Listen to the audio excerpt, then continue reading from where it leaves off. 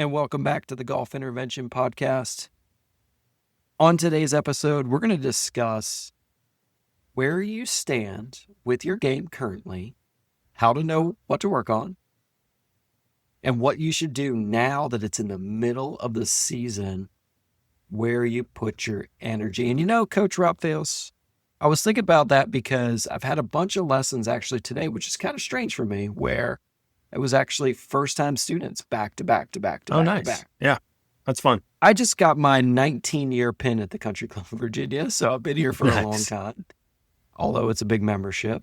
We're not like one of these memberships that's, people are moving around a lot, join in, leave. It doesn't happen at the Country Club. This is like a legacy membership type place. But so it's kind of strange when I get a bunch of lessons in a row where I've never taught somebody before after having been here 19 years.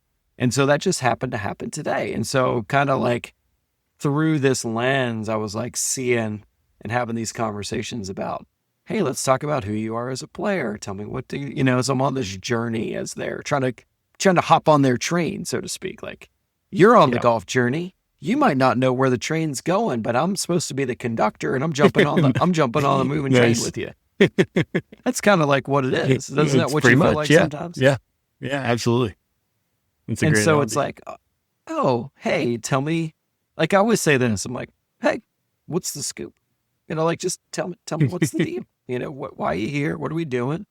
And so I had these different types of situations. And I think today on the show, I want to kind of go through, and I know you and I both want to go through this, is like, how do we know where that moving train is currently? Mm-hmm. Like what city am I in on my golf journey? And then like what's relevant to me getting to the next stop on the route? How can the conductor help you get there? And what makes that process smoother, being that we're traveling at a certain time of season here. And so it was really interesting today because I had a whole mix of different things.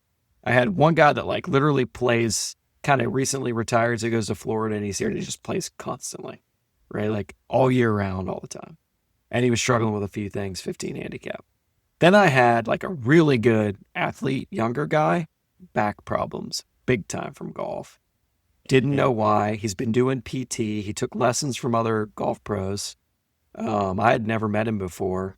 And nobody, not the other golf pros, not the PTs, not the doctors, no one discussed his golf swing with him and what could be causing the back pain. Okay, so that was another one. And then there was another one where avid golfer, member of incredibly good clubs, has played good golf in his life and self-admittedly got trapped in the YouTube rabbit hole and feels like his brain is so screwed up he literally can't stand over the ball and hit the shot anymore. So these are some of the things that I was seeing today, and I'm like, and then another one was a college student, super nice, was a wrestler in high school, so didn't do sports that, you hit balls with sticks, and he's just trying to loves the game, super fun kid. And had a good swing, had no skill. And so he kind of had to learn that. So we worked on, I kind of had to explain that to him. Yeah. And so all these folks were on different places on the journey, so to speak, and feeling like they were either struggling, maybe didn't struggle, didn't know what they needed to work on. And that's what the coach comes in and tries to help. But what we try to do on this show, we're going to do today, is try to provide you that context so you on your own can figure out where you are on that journey. Is that right, Rob? 100%. Yeah. We just posted a little, what I'm calling like the TGI blueprint, right, to our Substack. And I think if you want to spot us a cup of coffee every month, then you can have access to that, right? So what it does is it kind of breaks down score, strategy, skill, and swing, like we've talked about ad nauseum on the podcast, but it gives you some very, very simple data points, like literally just keep track of your score and your total putts, right? And that can get you at least in the ballpark and kind of figuring out, hey, do I need to work on my shots to green or do I need to work on my putting? And then depending on, we can obviously peel the onion away from that. But then within that, you have your strategy, which has a combination of your dispersion, your decision tree, as well as kind of your shot process. It breaks down the 3 skills and how you can train them. And then a couple little tidbits on swing, kind of what needs to be consistent there. So we can definitely talk about that today and kind of how to navigate that. I think that could be a good use of time, especially for our subscribers. I think would be nice. But it's really what we do on every lesson. It's like, all right, are you level 1, 2, or 3? Right? Where are you at shots to green versus total putts? And then how much of it is skill versus how much of it is swing, versus how much of it is strategy, right? Yeah. So Robbie's reference in the Substack, which we haven't brought up in a while, but we really do appreciate the folks that subscribe to the Substack. We have a free kind of version, and then we have the paid version, which, it's not a super huge investment, but we do appreciate that because it does cover the costs that we have for this podcast, which you'd be surprised. We do it really for the love of the game in a lot of ways. That's our only motivation has been to help people understand the process of playing better. So that's why we don't push the Substack a ton, but we do really appreciate the folks that subscribe. And if you would like to subscribe, there is some really good stuff on there. And I think in the coming weeks and months, we're definitely going to embellish that even more. I was telling Robbie, like he and I were just discussing, I've had life happening a lot recently. It's kind of held us back a little bit, I would say. And we have an episode that recorded a little bit funny that hasn't gone out. I haven't figured out how to clean it up yet. So hopefully that episode will come out too. So we'll start putting some of it on the main feed here. So that's why it feels like we haven't been out in a while. So life is lifing, as they say, but I think we're going to get back into the groove here. And so if you want to check out the Substack, it's thegolfintervention.substack.com. You can check out the link in the show notes, and that'll take you right there. And we appreciate each and every person that subscribes, whether it's the free or the paid version, but that does kind of keeps the lights on, as they say, at the Golf Intervention Podcast. So thank you. And, I think that we could go through this. I kind of I like the moving train analogy that we were just talking about. So, when a student comes in, I've got to figure out where they are on this journey. I've got to help them with that. And with the new student after new student after new student today, it was like the same kind of conversation happening over and over again. And I will say today was 111 on the heat index in Richmond, Virginia. Did you have a day like that in Charlottesville? It was 100 here. Yeah. It was outrageous. Probably the hottest day I can ever remember. And insane. I don't want to say luckily, but I took my wife to physical therapy this morning. She had some surgery last week. I wouldn't say major, but kind of like medium-sized surgery she has to get some PT on. So I had to take her today. She's not allowed to drive yet. And so I only taught from 12 to 6. But most of my days are 7:30 to 6 with maybe a half an hour break. So 110 on the heat index would have been crazy, brother. But that's going to be my day tomorrow, so wish me luck. So anyhow, y'all have big fans in there, right? Or is it AC? Yeah, but they don't hit me. Actual fans. That's the hard part, is they hit the student. Oh, they blow onto the student, yeah. And so I got to be smart about just getting something to blow on me. Like I have a little one at the desk, which is fine. Yeah.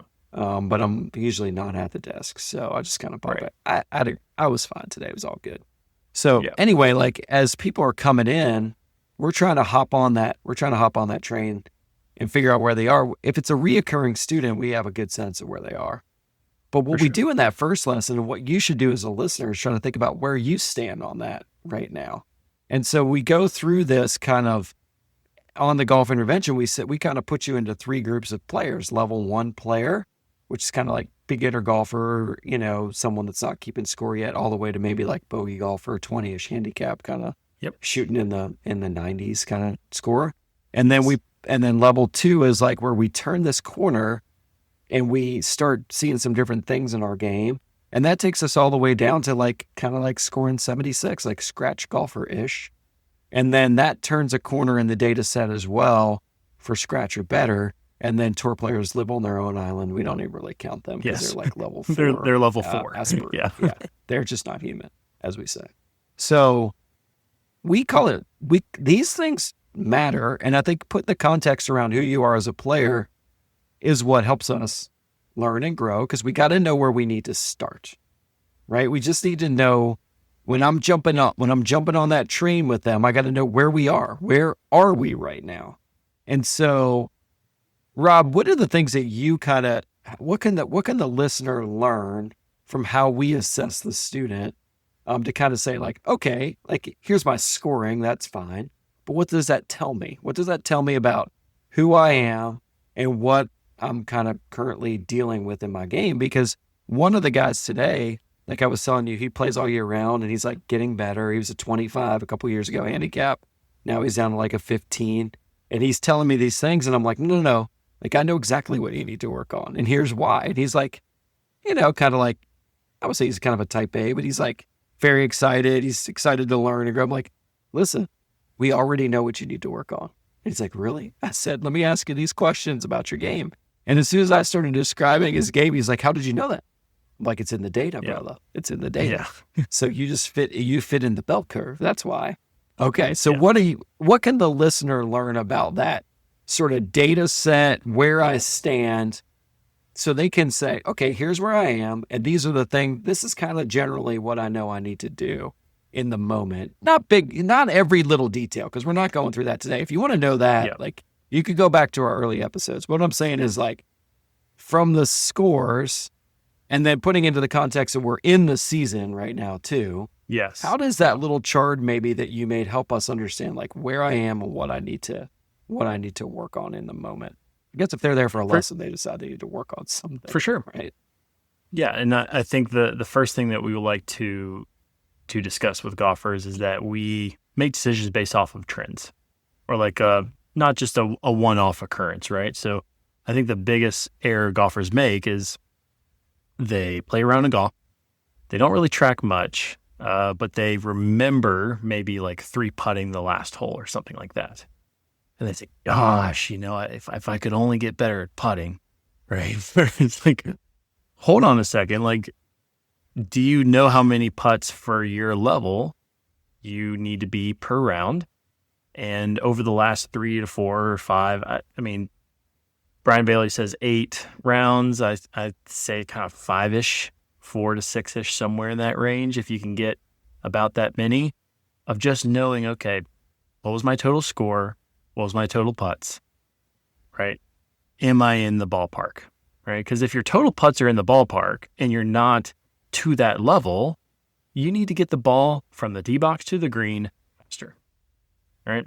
And it's not, again, not just one round, but over the course of, 4 to 6 rounds, understanding that data, right? If your shots to green are in the ballpark and you're just a little bit off, a lot of times improvements in putting can come quicker. So again, if you're just like only maybe 2 shots off of your scoring of where you're kind of like your next level and your shots to green are in the ballpark, but you're always like 2 to 3 putts higher, let's work on some putting stuff. I think a lot of times understanding green reading, understanding how that relates to distance predictability, how that relates to your overall process, I think putting improvements can happen much, much quicker and easier than even short game improvements. I mean, short game, I think it can happen pretty quickly, but that's even oftentimes quicker than say like full swing improvements.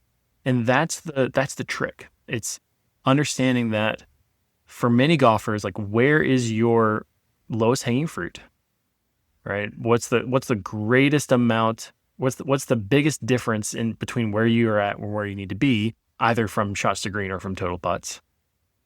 But then it's like, okay, well, what's going to give me the highest likelihood of actually gaining those strokes, right? And that's why, the data says for most level 1 and 2 golfers, it's going to be shots to green usually, but like maybe some putting and some short game stuff for an individual golfer who doesn't have a bunch of time. And these are the questions that we ask, like how much time do you have? What can you actually do? There's so much that goes into it. Like for some golfers, yeah, like their shots to green aren't where they need to be, but just to get them a couple shots better based off the fact that they have like 0 time to practice, I might just work on their short game or might work on their putting because I know like, hey, they can actually do this and I can get some momentum going in the right direction. They see some scores coming down and now it's like, oh, I got them. Now they're hooked. Like now they're like, okay, like let's go, let's do this. And then maybe afterwards we can get into some of the tee shots and the approach shot stuff.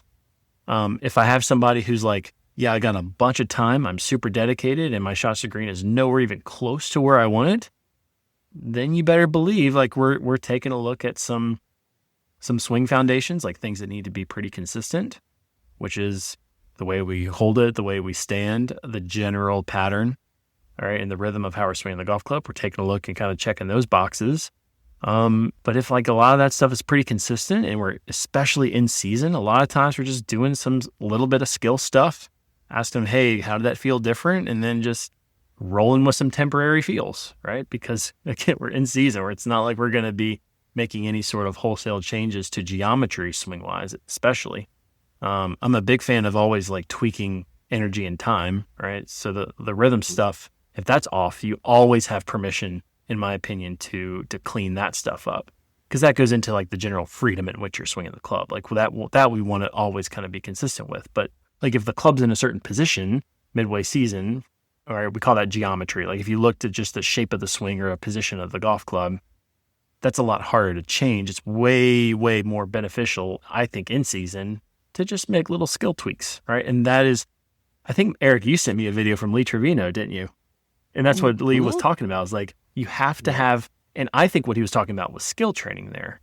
Like you have to have the feel tweaks, right? You have to be able to know how to do that without taking up, swing thoughts in your brain, without trying to do a bunch more stuff. I said do in quotation marks, right? Right. We're not trying to add things to what you're doing. A lot of times in season, we're, if anything, trying to strip stuff away and then just give you some feels in your toolbox to be able to use if you notice a trend one way or another. So that felt like a long ramble, but hopefully I kind of got to the gist of your question there. Well, the point was well noted. Yeah, well, what's the point? You tell me. The point was well noted there, Raphael's, which is we're just saying like, generally, if people know where they stand, they're going to mess themselves up less. Okay. And this was one of the lessons today. Again, good, competent golfer, member at great clubs, comes in, tells me about a horrible golf experience he just had. And I'm sitting there, I'm like, I've seen him hit balls. I know him. I say hi to him. I mean, I don't think I've ever given him a lesson before. But so he hits balls for a while, and he's telling me about how little he's enjoying golf right now. Like, that's what he's telling me. Like, he's a member at one of the literally top golf courses, the top 5 golf courses in the world. Okay. Yep. And obviously at CCV as well. And he's like, just came back from a trip that he played a PGA Tour venue, which is very well known and very good. And he played terrible. And he was saying, I really don't like golf right now. I really don't like to play it. And I'm like, wow, okay. Like, I'm just taking it all in. I didn't know, I'm just kind of listening to him. And so he hits a couple, I said, let's do this. Let's just he's like, I'm trying to do too much. I'm trying to do this. I'm like, okay. I said, why don't we just hit some 7-irons and just hit the ball? Like, let's just hit some and let me just see what's going on. Let me just watch you swing, to watch things like rhythm, right? Or, whatever. Just watch how he goes through his process. So I'm just taking in the big picture. I said, just aim it straight out there and just swing. Hit like 10 7-irons. And after he hit about 5, he just turns around and goes, all right, I got to be honest about something. I'm like, what's that? He goes, I watch way too many YouTube videos on the swing. And I was like, oh no. And so I said, I just kind of started chuckling. I didn't really think he was going to go there. I wasn't expecting that. And so he's like, I stand over the ball. I think I should be doing this. I think I should be doing that. And I didn't get into any of that. I just sort of, it was what it was. What I said was, let's just let go of all of it. That's what I said. Like, he's like, okay. I'm like, just let go of all of it. Doesn't that feel good? Just forget it. But I listen to these well-known teachers and stuff. I'm saying they're great. Teachers are great. They don't know what you need to work on. And the fact of the matter was, after we kind of just got him swinging, I kind of saw what he was struggling with, right? A little bit with his actual swing. And the fact of the matter was, he was so unaware of it that there's no chance he would have ever found the answer for it on YouTube, right? Because he didn't know he didn't know the problem.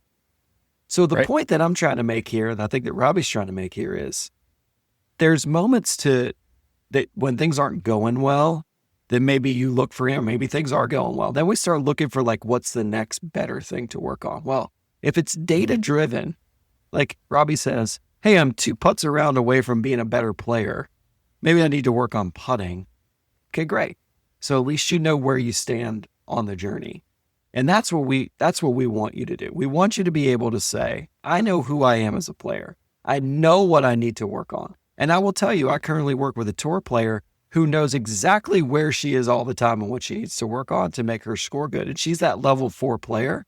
But the point is, like, she's very aware, always aware. Sometimes it's just in the equipment. Sometimes it's in things like making sure her green reading's really good. Like, sometimes it's just in the process of like how far her ball's carrying in a certain, but she knows exactly what she's working on all the time because she knows exactly what she needs out of her game to play the way that she wants to. But I think that the average golfer really struggles to figure that out, right? Like really struggles to say, like, where am I on the journey? And right now we're in the middle of the golf season. So if you're someone who's an avid golfer and you love playing golf, what you don't need to first work on, probably, especially without the guidance of a coach, is your golf swing. Geometry. Right? Yeah. What we call the geometry, right? Which I refer to my students as just quote unquote the swing, right? Yeah. So what you probably need to do is, I love that Lee Trevino thing that I sent you, because he didn't say skill, he called it tweaks, which I thought was funny. Totally talking about skill though. He was totally talking about skill. Wonder if I could figure out a way to play it. That'd be kind of fun if I could do that, because it'd be so cool to listen to it. Mm-hmm. You are what you are. When you get a golf swing, you own. The only reason that guy's playing professional and your swing is just like him, but you can't make it, but he can, because he knows how to tweak. You don't know how to tweak. You're trying to hit shots and make these shots with the same grip, with the same stance, with the same ball position, with the same weight distribution. Can't do that. You have to learn that when the pin's on the right, pin's on the left, pin is deep, pin is front, you have got to make some adjustments. The adjustments might be in the grip, in the weight distribution, position of the ball. Swing doesn't change. Swing don't change. So how cool is that? Yeah. Like, I feel like he went through the entire thing we tried to tell people, just in a little bit different way. No, but I think when he's talking about tweaks, I think that's when he says that you don't know how to tweak, swing doesn't change. I think that's very much confirmation bias, obviously. So, but the point is, I think the way he framed, like, hey, I could tell that's Max Homa, or I could tell that's John Rahm, right? Mm-hmm. He's making the right point there. That's your geometry discussion, right? So you can see that is Rob Fale's swing. That is Eric Layton's swing. That is John Rahm's swing. Like, that's Lee Trevino's swing. There's a blueprint to that, right? Now, I had a kid today who his swing was totally good. He had no skill. None. Yep. Couldn't hit the ball in the face. Couldn't control the club face. Why? Because he's new to golf, right? So yes, absolutely. So he walks in and he goes, yeah, I need a lesson. I know you helped my dad. And he's such a good kid. He's so much fun to work with. Really open-minded, like real energetic. And he needed to know where he was on the journey, which was, guess what, bro? You can swing. Check this out. I would just show him the video. I'm like, watch this. You like that turn? Oh, it's cool. You followed through. You on balance? Yep. How about that? It's pretty awesome, right? Why can't I hit the ball? Well, because you haven't learned it yet. You haven't acquired the skill yet. The skill is acquired through practice. Nobody practiced more than Lee Trevino. That's what he dug it out of the dirt, right? Like, the point is, so what did we work on? He was shanking everything, essentially heel or shank it, or he did it okay. So what did we work on? The golf intervention listeners know what we worked on. We worked on the skill of hitting the ball in the club face. Like I said, hey, I want you to hit it in the middle of the club face. He's like, oh, okay, cool. I didn't know I was not hitting it on the, I didn't know what I was doing. I'm like, yeah, you've played golf 5 times in your life. How would you know, right? That's awesome. So TrackMan showing him, I put impact tape on his club, gave him a whole bunch of it. I said, your swing is fine. You're hitting it off the heel. I said, maybe try to hit it off the toe and see what happens. Well, how would I do that, Eric? Right? So he opened up the conversation, right? And guess what? He got way better at golf. Like he was fired up at the end of the thing. Now, he was hitting the ball solidly, still couldn't control the face angle. That's step 2. That's what we talk about all the time, right? Skill number 2 is going to be the face path relationship. So now he could hit it on the face, but he had no idea where the face was going to be pointed.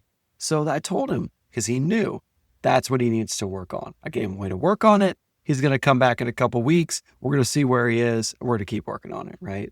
And he didn't need to work on his swing. Now, the other guy that came in and told me, I've herniated a disc playing golf.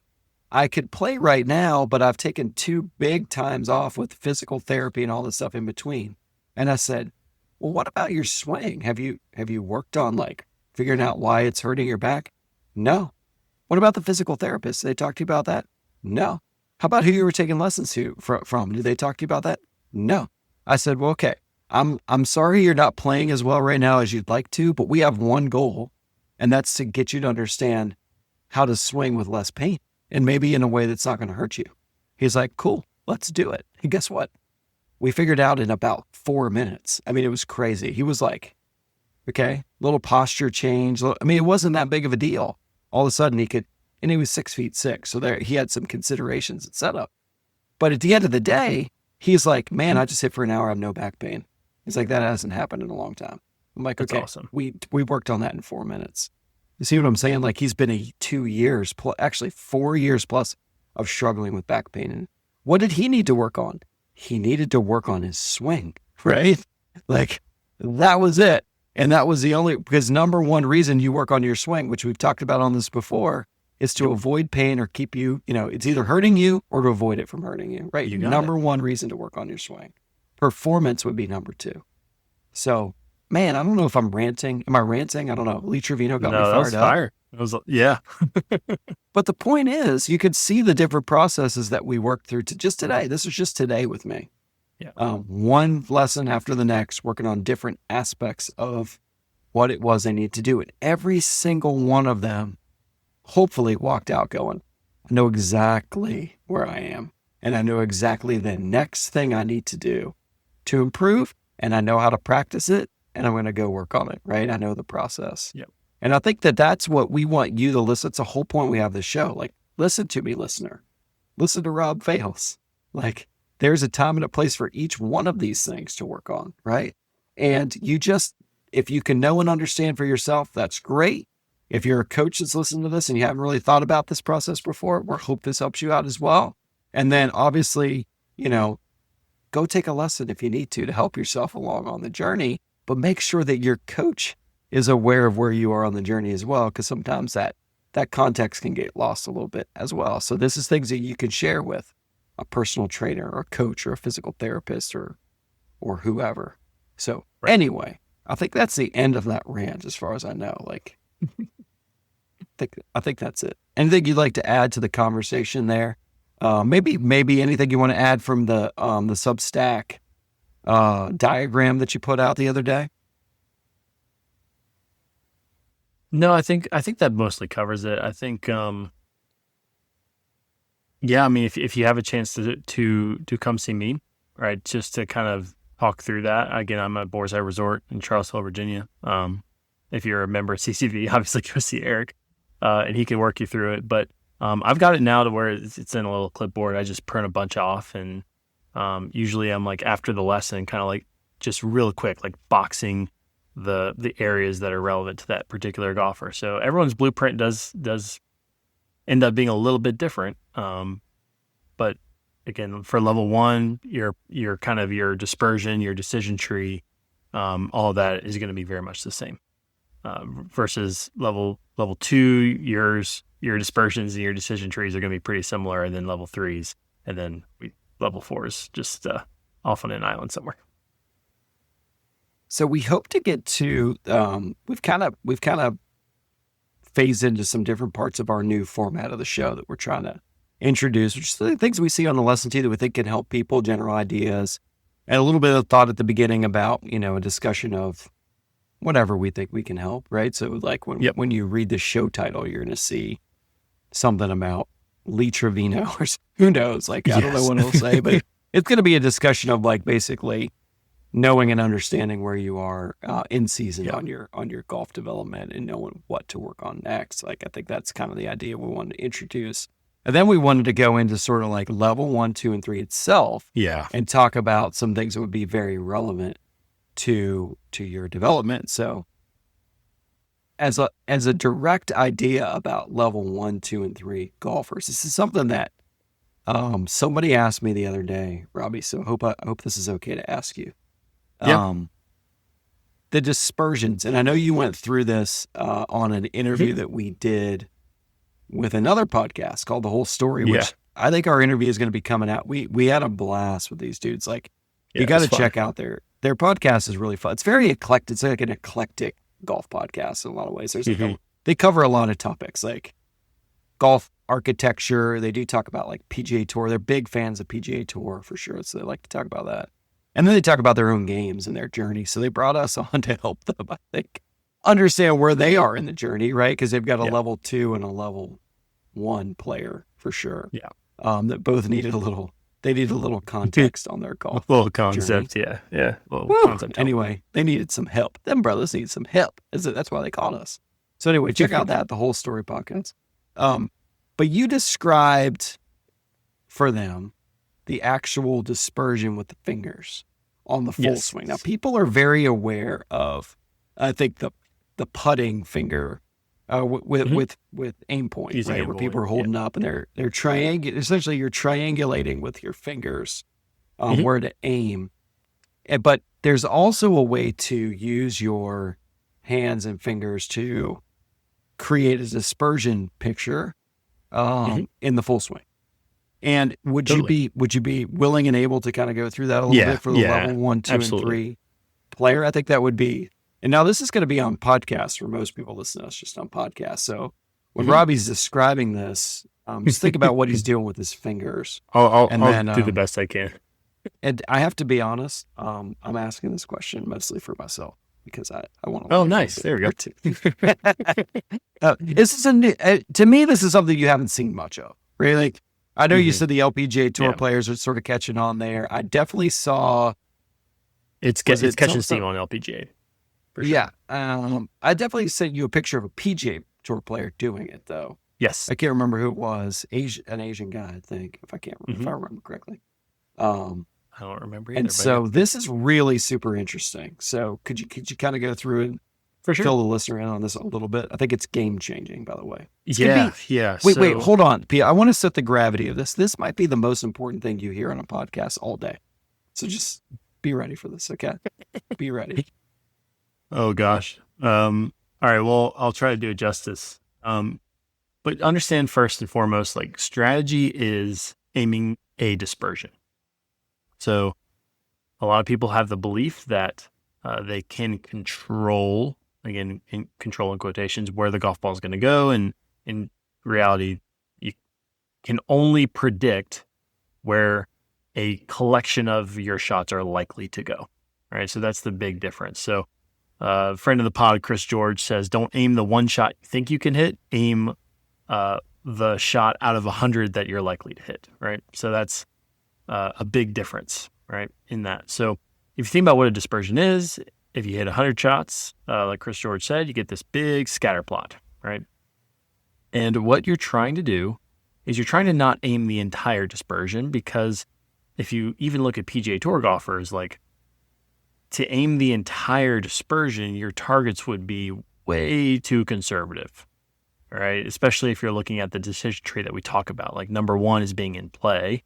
Number 2, if we're talking about approach play, number 1's in play. Number 2 is on the green. Number 3 is proximate to hole, right? For some, I'm thinking par 3 tee shots, especially, to get all of your dispersion in play, you'd have to be aiming like 20 yards off the green in a lot of cases, right? So you're so risk averse, right, that you're not actually getting the upside from the shots that you hit, right? Like pretty much the 16% of shots that are like your best, right? So you want to be able to get the benefit from your best shots, but in kind of that middle kind of 51% of shots, right, that honestly are like pretty average. Like they're a little bit misses, right? Where it's like face is a little more open than what you wanted, face is a little bit more closed than what you wanted, little heely, little toey, like ones that you're just like not thrilled about afterwards, but still okay.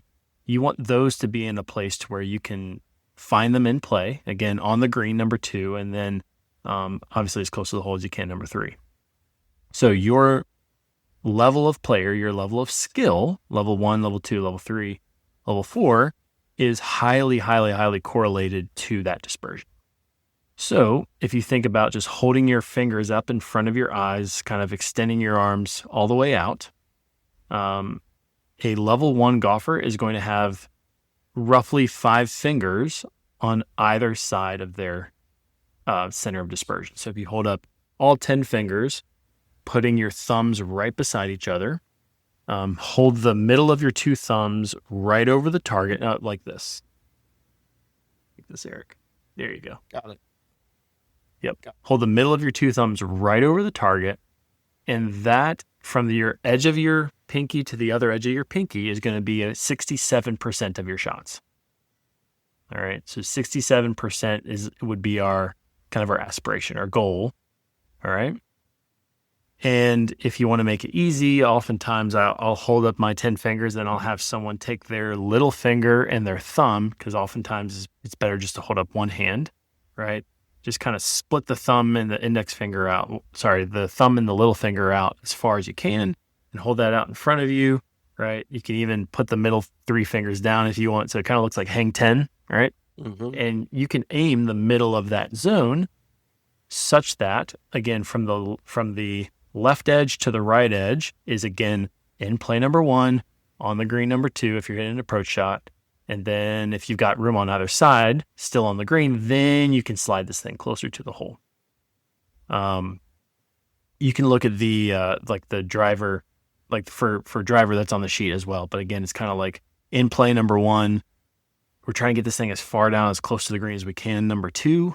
And then if you've still got some margin on both sides and get this thing a little bit more kind of in the middle of the fairway, or maximizing the number of shots in the fairway, that's kind of number 3. So understand what that decision tree is, and then understand, hey, what level of player am I and what's my dispersion? So level 1 is 5 fingers on either side, which is usually if you hold up your thumb to little finger and just split them out as far as you can from one side to the other, that's going to be about the same. It's a little tighter, but it's close enough, right? Level 2 is going to be 4 fingers, which is usually if I can take the index finger and the little finger and split that out wide as far as I can, right? That's going to be a level 2 golfer. So again, 4 fingers on either side is going to be roughly the same. Again, it's close. It's maybe a tiny bit tighter, but it's close enough for government work, right? Getting that out as wide as you can, it's going to be level 2, right? So we say like hook 'em horns, right, for level 2. So if you were to put the mid, like let's say you're looking at the flag, just as a reference, or like an approach shot. I put the flag as a reference in the middle, and I could see what's on the other side as like a dispersion. Is that? Yes. And then you could move that, right? So like, inside that dispersion, inside my fingers is a pond, which is not great, right? Or a treacherously deep bunker I can't get out of, or out of bounds potentially, whatever. So then I would slide that to where it's safe. Yes. And then the middle of that is where I'm going to start to put my new thought of where I'm going to start probably aiming this thing. In the middle of that dispersion is not necessarily where you're, like people think about, where am I aiming? It's not necessarily where you're aiming. It's just where you want the center of your dispersion to be. So if you're a fader, which could be two you might, things. Right. Totally. Like if you're a fader, you might aim a little left of that and hit a little fade back to it. Right. So again, there's a million different ways to aim and to organize your shot, but understand like, hey, what is my dispersion size? And then for the level golfer, and then I said level 3 is, right, you're going to take that index finger and little finger and then slide it in about a finger width on either side again, because you go from 4 fingers to 3 fingers. So level 3 is going to be closer to like wolf pack, right? Not quite wolf pack. It's a little bit further out than than Wolfpack, but it's going to be in the ballpark, right? And then level 4 is like, oh my gosh, it's like, It's tight. right? It's 2 fingers on either side. So it's perfect. It's actually perfect, right? Like that. That's the tour player dispersion, which again is 67% of your shots, right? It would be kind of a standard distribution. So there's nothing. So is it fair to say if there's a big leverage moment, you might play that slightly more conservatively? Like if there's a big pond in the way, would you shade a little bit more in that sense, right, out of 67%, and just shade it a little bit so you're favoring a little bit more towards like 80%? What do you think about that? Or no, you just always played at 67. That is the decision tree. Yeah. That is number one priority. You are getting the entire standard, like the normal distribution of shots in play, number one. Because again, like we're looking for optimal strategy, right? So it doesn't matter, like if you're quote unquote too conservative, you're going to be losing shots on the other side anyway, right? So it doesn't really matter. Like I tell golfers, like there's never really a scenario where I want you breaking that decision tree, right? Now, what I will say is the beauty of using fingers. Number one, super easy, super simple to do, right? You don't need any technology. You don't need an app. You don't need anything. You just literally hold your hand out in front of you. The other thing that is very helpful is, other than the fact that you can actually track it on the range when you're practicing, right? Imagine that, right? Imagine practicing and using something in your practice that you can actually take on the golf course, right? But what it also does is it gives you some flexibility. So we say like this would be a level 2 golfer. Well, let's say you're into the wind. All right, well then maybe let's try and stretch this out. Let's add a little bit of arm bend, right? Because this into the wind is going to magnify that dispersion. Let's say we're downwind. Let's slide this in a little bit, right? Let's say we're in the rough. Let's make it a little bit wider, add a little bit of elbow flex, right? Get those fingers just a little closer to your face. Let's say that got a very flat, very stock standard lie that you always tend to practice with, like fairway, no slope or anything. Like, I don't know, maybe, right? Again, because this is an average. Let's say you're feeling really good that day. Let's say, man, my swing is dialed, right? I'm feeling really good, right? Maybe you can slide that in a little bit. Let's just say you just feel like you don't have it. You're like, oh man, like I don't have my A stuff, or maybe even my B stuff today. Maybe you make that a little wider. So it gives you some flexibility. Right? To be able to commit to the shot that you've chosen. And that is a big, big, big deal, because this dispersion is assuming that you are swinging freely, right? The data is collected usually in a range context, usually, again, swinging freely. As soon as we are getting over this saying, you know what, I just don't really want to hit this shot. Or as soon as you're standing over it saying, you know what, I feel like I should do this, but I don't like it. I just don't want to hit this shot. What do you think is going to happen to your dispersion, Eric? It's going to grow. It's going to get bigger.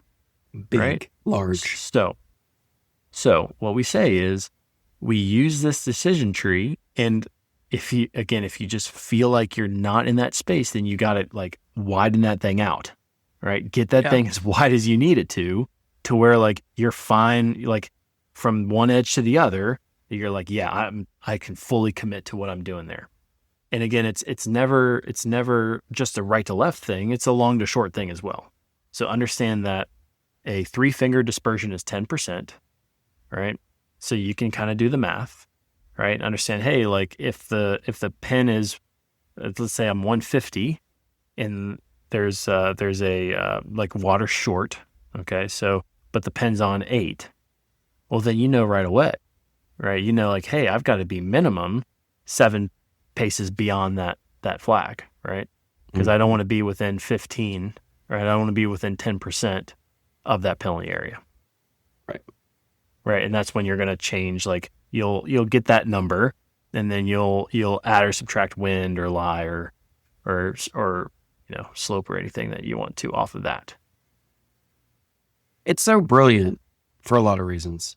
And I was messing around with this on the range the other day, and it's hard for the listener to picture this, but when you stand out and just do it, you'll notice that it triangulates over the length of the shot, right? So like and that's how it works. That's why we're not saying, oh, on a driver, it's 10 fingers, and on a sand wedge, it's 1. No, it's always the same based on how you control the ball, because over the spatial, like the triangulation over space essentially widens the area. It scales. So, yeah, it scales it. So as I was looking at a 2-finger, like I was sort of doing a hook 'em horns at 200 yards versus a flag that was at 94. And you could see how much different it changed where that dispersion was. And so it's really nice. Like you said, something to use on the range to practice to kind of get a gauge. Like we're using 1, 2, 3 level players, or 4 if you count the tour player.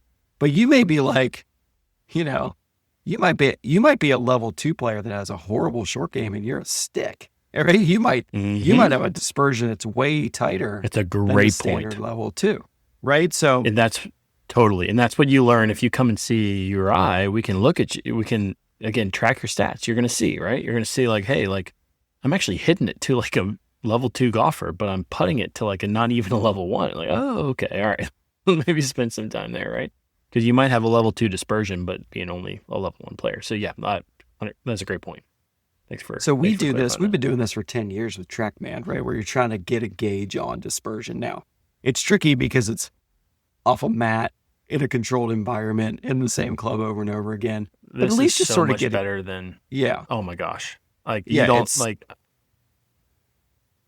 I never really figured out how to take the information from TrackMan and then, because the golfer would say, okay, well then what does that mean?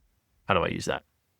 And then it'd be a bunch of math. It would be a lot of math. You'd be like, okay, well, you got to figure out your percentages. And so you got to say, okay, well, how far is the flag from the edge? Right. Well, then, okay, then what's my percentage there? And then you're doing math. Like, no, this is no math. You just literally hold your fingers out, work through that decision tree, make sure that you're going priority number 1, priority number 2, priority number 3, and then make your adjustments and then aim and swing. Right. That process right there is literally on the sheet. And it's built-in acceptance, which I love. Yes. Right? Because I'm accepting that this is the width of my dispersion pattern. And so it's just built-in acceptance. So I know I have to adjust. So super, super cool way to do it. So anyway, check out the finger dispersions, test it out in your practice, test it out on the course next time. Don't think anybody will think you're weird, because you'll be crushing them and taking their lunch money, and that no one will say anything about it. People do it on it's a very similar process to how we use aim point on the green. And so it's just the similar deal. So I love that discussion. Thank you for sharing with us. Is there anything else you've seen recently that you want to talk? Any questions that you've had some students have that you'd love to answer on the question and answer segment today? Any general stuff that's come up? No, it's just been a lot of, again, I get beginner, not beginner. I get first time lessons all the time. Like literally had one today. And it's just so often the case that if your awareness is on the current task at hand, like literally, okay, like what am I trying? What is the task? It's not to look good. Like it's not to appease anyone else. It's not to, impress anyone with the geometry of your golf swing. It's not to, right. Like there's just so few actual tasks that we actually do have on a golf course. Like when you think about like, hey, like what are you going to have to do? Like, okay, well find the golf ball, right? Figure out how far it needs to go, figure out what the direction needs to go, right? Pick the club and the shot, right? And then walk in and swing, right? Like that's pretty much all that we have. And it's just so funny how, again, I had somebody today who was just multitasking like crazy over the golf ball, had so many things that he was trying to do, and none of them were relevant. None of them were relevant to the task at hand. So all we did was we just did some, because he had no idea why the golf ball was going where it was going. And I think that's a lot of times why we have so many of these competing tasks, is that the ball was going left. He was just hitting straight pulls. And he believed it was because of what his pelvis was doing. Right. The golf ball doesn't care about what your pelvis is doing. The ball cares about what the club is doing to it. Let's discuss that first, and then we'll go from there. And we really didn't have to go much past like some very, very, very basic differential training with him to get him to understand why the golf ball was going where it was going. And he's like, so it means I don't have to worry about shallowing? I'm like, nope. So that means that I don't have to like have a pre-shot routine, like have to walk in and take the same number of steps. No. So you mean like I don't have to like get my shoulders square? Like, no. Like, you mean like I don't have to like kick, like push my left foot forward, like to get my pelvis back and like, so I don't early extend? No. It's like, so you mean that like I just literally have like, to not point the club face to the left at impact and you're going to be fine. Correct. Like, I was like, just give me like whatever time you have. And this was on his blueprint. You need to give me skill differential training. And then he had a little bit of rhythm stuff where he didn't have enough energy going back. And then the way that he was trying to add energy to that system was causing the face to go left. Now, why that was the case, I have no idea. All we did was saying, hey, like, I think your backswing energy is a little interesting. Let's play around with it. Give me some that like you feel like you don't have nearly enough backswing for the shot that you're hitting, and give me some where you feel like you have way too much. And let's just see what happens with the club face. When he gave me what felt like was too much backswing energy, he never hit one left. When he said, like, okay, I want you to give me not enough backswing energy for the shot that you had. Every time when he would really try to add energy to the swing, like at the top or coming down, it was like left almost exclusively. So yes, it was a skill issue. Like he could organize skill around that, but I think for him it was also a little bit of a rhythm thing.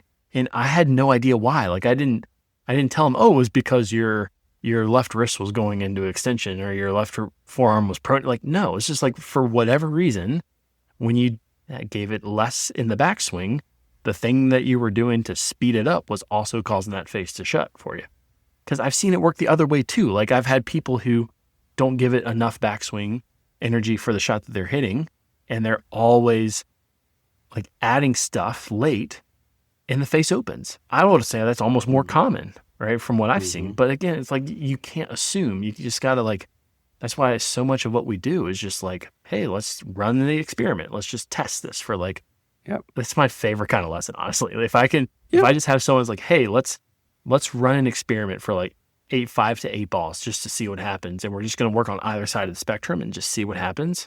It's so often the case that we get these like ahas, like, oh, wow, that's crazy. Like I had never thought to like even explore in that area, but it's such a low risk, high upside way of going about it that, I mean, I'm just talking from the coach standpoint, is a lot less anxiety, a lot less stressful knowing like, hey, like I'm appreciating the fact that I don't have quote unquote, like the geometry answer, right? I'm actually just on this journey with you and we're just going to explore. I just have a couple more places that are relevant to look and explore that maybe you haven't explored yet. Super cool. Super cool. And that's a lot of times if you get a good lesson and you're working on it the right way, you're actually quote unquote fixing things and you don't even know how you're doing it. And that's the best way, because then you're not consciously worried about, am I pronating? Am I supinating? Am I doing this? Am I doing that? You're just reacting as an athlete and getting the ball to do what you need to do. And so that's what I try to do all the time, is just set them up for a natural situation to occur and fix the swing. So anyway, Rob Fails, I think that takes us to about an hour on today's show. Super fun. Anything else you want to add at the end here, buddy? I think we got it. I think that was really fun. So check us out. If you want to check out the Substack for our bonus content, check out the link in the show notes. We'd also love if you would rate and review our show. We have a perfect 5-star rating on both Apple and Google, which is super, super cool. And if you haven't given us that 5-star rating yet, just do it kind of right now. If you're not driving, we would love for us to rate the show. That really does help us find new listeners. Thank you again for tuning into the Golf Intervention Podcast. If you ever have questions, you can just ask it on our Substack. We have like a chat forum. And so there's a little bit of an open chat there for questions, and we'll try to get to them on the show. So thanks again for tuning into the Golf Intervention Podcast. We'll be back next time with another hopefully fun and insightful episode to help you play your best golf in 2025. Have a great night. Cheers.